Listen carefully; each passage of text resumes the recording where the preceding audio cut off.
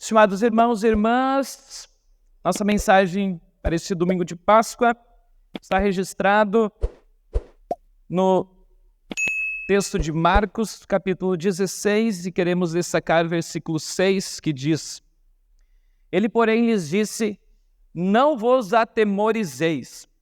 Buscais a Jesus, o Nazareno, que foi crucificado? Ele ressuscitou. Não está mais aqui. Vede o lugar onde o tinham posto.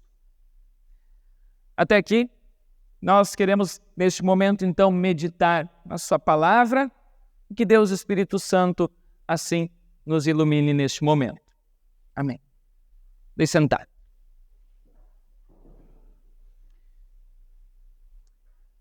Estimados irmãos e irmãs, vocês já pararam para pensar o que vocês fariam se vocês descobrissem que hoje é o último dia da vida de vocês? O que vocês fariam, talvez, se vocês descobrissem que amanhã é o último dia? O que vocês fariam hoje?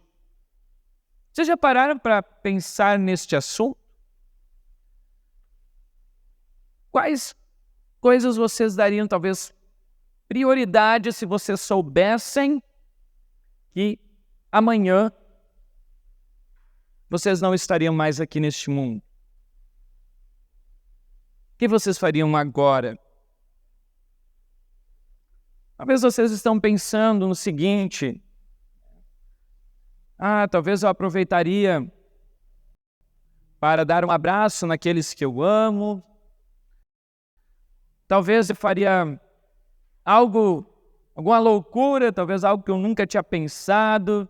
Afinal, já que hoje é o último dia que eu posso aproveitar. Muitas vezes nós nos deparamos com coisas desse tipo quando estamos, podemos dizer assim, na face da morte, ou quando a gente perde algum ente querido, a gente pensa assim: mas eu poderia ter feito isso, eu poderia ter feito aquilo, eu poderia ter dito isso, eu queria ter visitado mais essa pessoa. Algumas vezes até mesmo dizemos assim: se eu tivesse feito ou dito tal coisa, não teria sido assim. Enfim, às vezes até bate um sentimento de remorso, de arrependimento. Isso tudo porque quando estamos nesses momentos assim, diante da morte, a realidade recai sobre nós. A realidade da brevidade da nossa vida. E até um pouquinho injusto a gente pensar nessa questão, né? O que nós faríamos hoje se amanhã não estivéssemos mais aqui? Mas a vida é assim. A vida é passageira, a vida aqui nesse mundo ela é breve. Nós estamos apenas de passagem. E sabemos disso, que a vida aqui ela é um sopro, porque nós somos frágeis, devido à nossa natureza pecadora, o nosso pecado que há dentro de nós. Infelizmente, sabemos, que o salário do pecado é a morte. Infelizmente, sabemos que aqui não vamos viver muito tempo. Mas também, sabemos que o salário do pecado é a morte, mas o dom gratuito de Deus é a vida eterna por meio de Cristo Jesus. Mas a gente só sabe disso hoje porque nós sabemos que Cristo, Ele venceu a morte em nosso lugar. Ele passou pela morte, Ele passou pelo sacrifício, para que nós, e na nossa vida aqui, nós passássemos da morte para a vida. Como diz nesse texto, nesse texto do apóstolo Paulo, o salário do pecado é a morte, mas o dom gratuito de Deus é a vida. Ou seja, passamos da morte para a vida. A palavra Páscoa, como eu falei no início desse culto, em hebraico, Pessah, ela significa passagem. É a passagem da morte para a vida. Então, apesar de que nós sabemos que iremos morrer, apesar disso, também lembramos que, mesmo que na vida aqui sejamos passageiros, e esta vida passará, a nossa vida, ela não se detém, ela não se limita à vida aqui neste mundo. Justamente por causa da morte e da ressurreição de Jesus, a nossa vida vai além. E por isso eu poderia dizer assim, mesmo que se um dia iremos partir, a nossa vida, na realidade, ela não tem fim. Porque todo aquele que crê em Jesus tem a vida que é eterna. Uma vida que é eterna. E o próprio Jesus Cristo diz, né? Eu sou a ressurreição e a vida. Quem crê em mim, ainda que morra, viverá. E quem vive e crê em mim não morrerá, mas viverá eternamente. Então, mesmo que a gente tenha alguns arrependimentos nesta vida, podemos dizer assim, de coisas que não fazemos, de talvez viagens que a gente nunca fez para algum lugar bonito neste mundo belo que Deus criou, ou talvez, mesmo que nós não tenhamos dado aquele último abraço caloroso naquela pessoa que a gente tanto ama, às vezes nossos pais que já se foram, talvez alguém que perdeu algum amigo, algum outro parente próximo, filho até talvez. Para nós que cremos em Cristo, nós sabemos que aqui apenas todos nós estamos de passagem, esperando e aguardando o dia em que iremos estar junto de Deus lá no banquete, no reino celestial. Como nós vimos antes lá no texto de Isaías, no capítulo 25, aonde Deus enxugará as lágrimas de todos os olhos e a morte será tragada, não existirá mais. E isso é maravilhoso. E isso deve encher-nos de esperança. Essa mensagem é maravilhosa e foi por isso que Cristo ressuscitou, para que nós também tivéssemos a certeza da ressurreição e da vida eterna, da vitória sobre a morte, da passagem da morte para a vida. E por mais que, como diz aquela música, na vida a gente é só passageiro prestes a partir, nessa vida aqui, nessa que estamos vivendo agora, quando vivemos ela em Cristo Jesus, nós já estamos vivendo a vida eterna. E como sabemos disso, pastor Diego? Porque na realidade, todos os dias, Deus está nos dando uma nova vida. Todos os dias. Cantamos antes, né? Uma nova vida me deu no momento em que reviveu. Então, pela morte de Cristo, nós recebemos uma nova vida. Todos os dias, quando levantamos de manhã, quando acordamos, Deus está nos dando uma nova oportunidade de vivermos. Mesmo que nós tenhamos arrependimentos de coisas que não fizemos, ou que pensamos assim, Deus está me dando uma nova oportunidade de fazer, uma nova vida Ele está me dando. E tem um detalhe aqui que é até interessante. Quando falamos nessa questão de cada dia que levantamos, Deus nos dá uma nova vida. Vocês sabiam que no hebraico, a mesma palavra para morrer é a mesma palavra para dormir? Então, quando no hebraico bíblico, lá quando foi escrito o Antigo Testamento, Se tivesse escrito assim, a pessoa estava dormindo, tu tinha que saber pelo contexto se ela estava dormindo ou se ela tinha realmente morrido.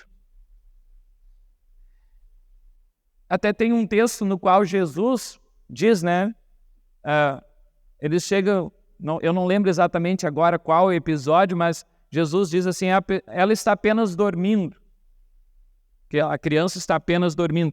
E aí, Jesus está dizendo, né? Tem gente, mas ela morreu mesmo. Não, mas quando Jesus fala apenas dormindo, é porque é o mesmo verbo. Porque dormir e morrer talvez seja a mesma coisa. E assim, o contrário na Bíblia também. Qual é que é o contrário de, podemos dizer assim, de adormecer? É acordar. Qual é que é o contrário de morrer? Contrário, né?